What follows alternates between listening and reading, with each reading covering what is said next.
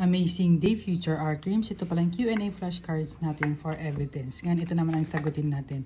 What are the requisites for the admissibility of family reputation or tradition regarding pedigree? Ito ay isa sa mga exceptions ng hearsay rule.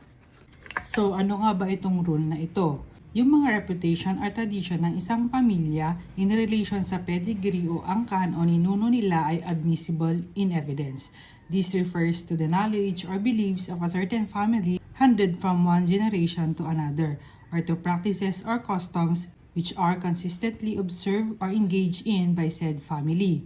So ano nga ba yung mga requisites before upang mag-apply itong rule na ito? First, there is controversy in respect to the pedigree of any member of the family. Second, the reputation or tradition of the pedigree of the person concerned existed previous to the controversy. This statement is about the reputation or tradition of the family in respect to the pedigree of any member of the family.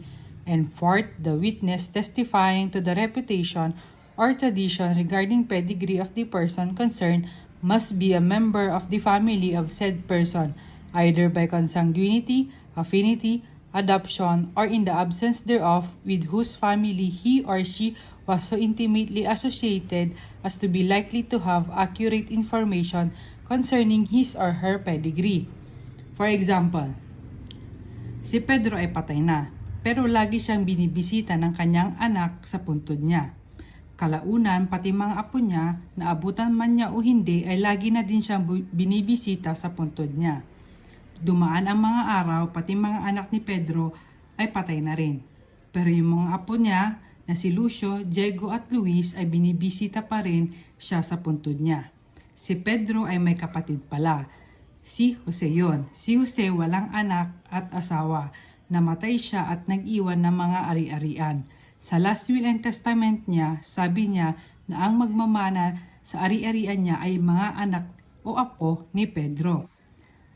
Ngayon, yung ibang kapatid ni Jose ay pinag-aawayan yung mana. Sabi nila na si Lucio, Diego at Luis ay hindi apo ni Pedro. Ngayon, sa court, si Maria, asawa ni Lucio, ay nag-testify na yung tatlo ay lagi nilang binibisita ang puntod ng lolo nila. Yung testimony ni Maria ay, as a rule, hearsay evidence.